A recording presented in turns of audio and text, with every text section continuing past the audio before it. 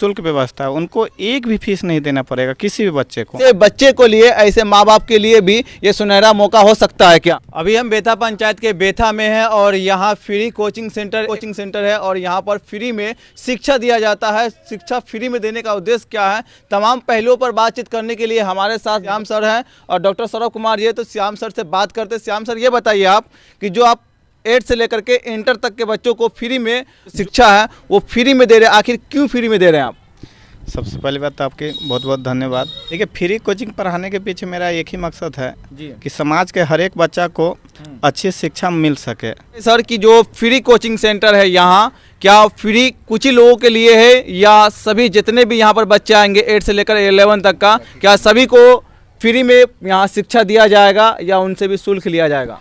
जी नहीं, ये समाज के हर एक वर्ग के बच्चों के लिए क्लास 8 से लेकर के इंटर आर्ट्स के जो भी बच्चे हैं वो मेरे से निःशुल्क पढ़ सकते हैं। उनको पूरे साल में एक भी फीस नहीं लिया जाएगा। जैसे 8 से लेकर इंटर तक या मैट्रिक तक की तैयारी किया जाए या मैट्रिक तक अगर पढ़ाई किया जाए कोचिंग सेंटर पे, तो कुल कितना अमाउंट खर्चा करना पड़ता है बच्चे को, एक बच्चे को? किसी भी बच्चे को मिनिमम तो 5 से 6 हज़ार रुपया कोचिंग का फीस देना ही पड़ता है साल भर में। अच्छा, और लेकिन आप फ्री में पढ़ा रहे हैं?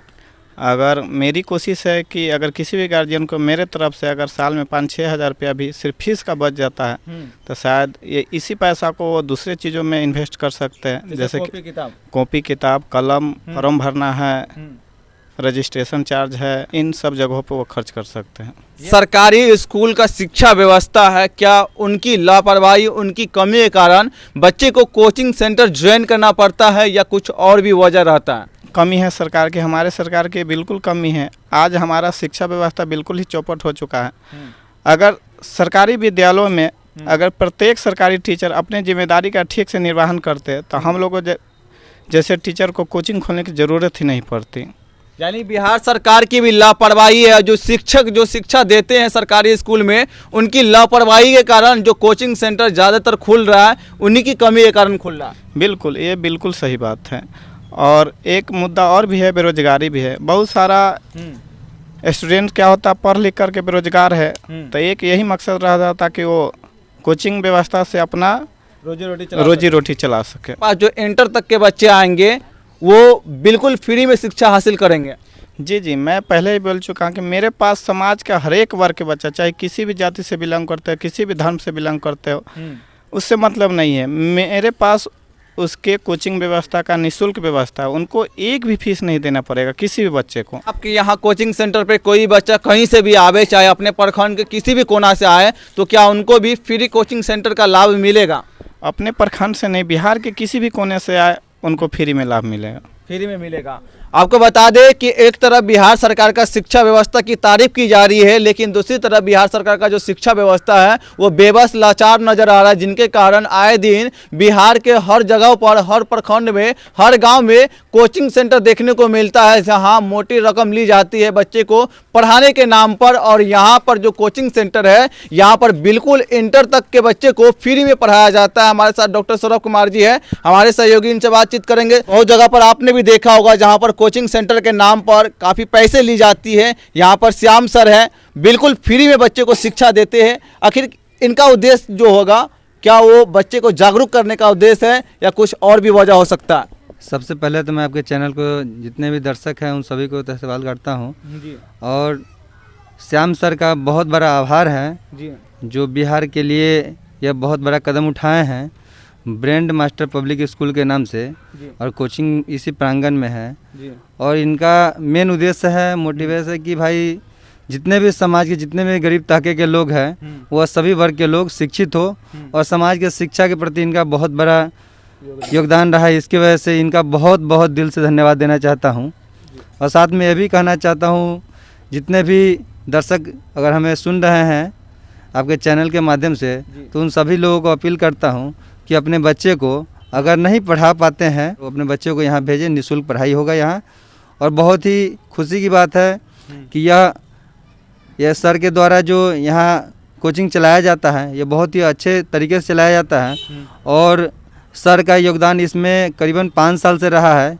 इनका जो रिजल्ट रहा है बहुत ही अच्छा रहा है, और इनका समाज में बहुत बड़ा योगदान भी है। डॉक्टर सौरभ कुमार जी, ये बताइए कि जो सर यहाँ पर फ्री कोचिंग सेंटर, जो कोचिंग सेंटर का लाभ दे रहे हैं बच्चों को, क्या आने वाले समय में जिनके पास पैसे नहीं है, जो गरीब है, जो अपने बच्चे को पढ़ा नहीं सकता है, क्या ऐसे बच्चे को लिए, ऐसे माँ बाप के लिए भी ये सुनहरा मौका हो सकता है क्या? जी बिल्कुल, उन्हीं लोगों के लिए तो यह, जो समाज के जितने भी दबे कुचले व्यक्ति हैं जी, उन्हीं के लिए तो यह है। नहीं तो बड़े बड़े उद्योगपति के बच्चे यहाँ कहाँ पढ़ते हैं? वह जिला लेवल पे जाते हैं, प्रखंड लेवल पे जाते हैं। यहाँ ग्रामीण क्षेत्र में कहाँ कोई पढ़ पाते हैं? वह अमेरिका पढ़ता है, कोई लंदन पढ़ता है, कोई कहीं और पढ़ता है। यहाँ समाज में जो या सामाजिकता लोग जो गांव के बच्चे हैं, जो अभी माहौल, जिस माहौल में ढले हुए हैं, क्या फ्री कोचिंग सेंटर से जो उसको शिक्षा मिलेगा, क्या उनका जीवन बदलेगा, या फिर जिस तरीके से समाज में जिस तरीके से वो जी रहा है, क्या उसी तरीके से वो भी समाज में जिएगा जब तक पढ़ाई नहीं करेगा? तो बिल्कुल बिल्कुल, अगर फ्री शिक्षा दिया जा रहा था, मेरे विचार से बहुत हद तक ले बच्चों का जीवन स्तर में सुधार आएगा।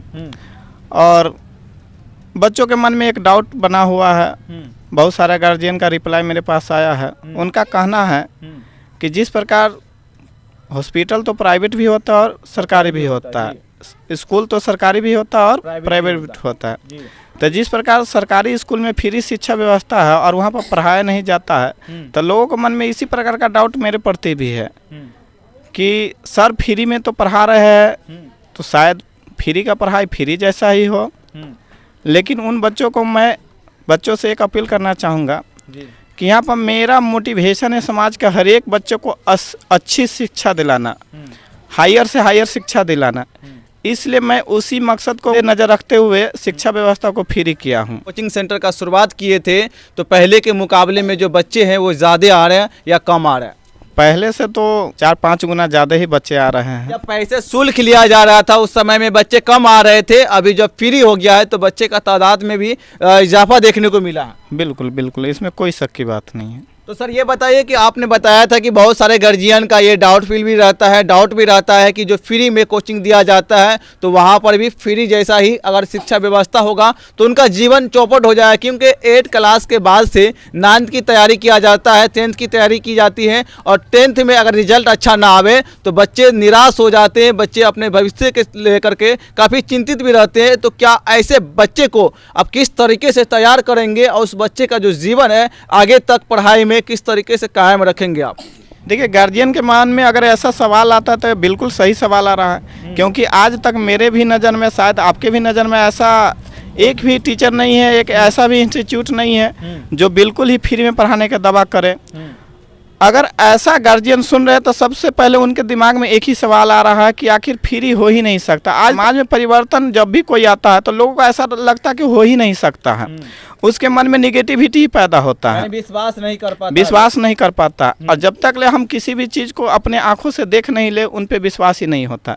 तो मैं उन गार्जियनों को, उन बच्चों को यही कहना चाहूँगा कि मेरा प्रीवियस ईयर का रिजल्ट देख ले, फिर उनके मन का सारा सवाल जो भी है, जो भी डाउट है, वो समाप्त हो जाएगा। आपका क्वालिफिकेशन क्या है, आप कहाँ तक पढ़ाई किए हैं, और पढ़ाई करने के बाद आपके मन में ये जो फ्री कोचिंग सेंटर है, ये जो कोचिंग का जो व्यवस्था है, ये कैसे आया? मैं 2016 में BCA कंप्लीट किया। उसके बाद मैं जनरल कंपटीशन की तैयारी के लिए दिल्ली गया था। वहाँ कुछ समय तैयारी किया, किसी कारण बस मैं सीतामढ़ी में आ गया और वहाँ पर इंटर प्लस बच्चों को मैं पढ़ाना स्टार्ट किया।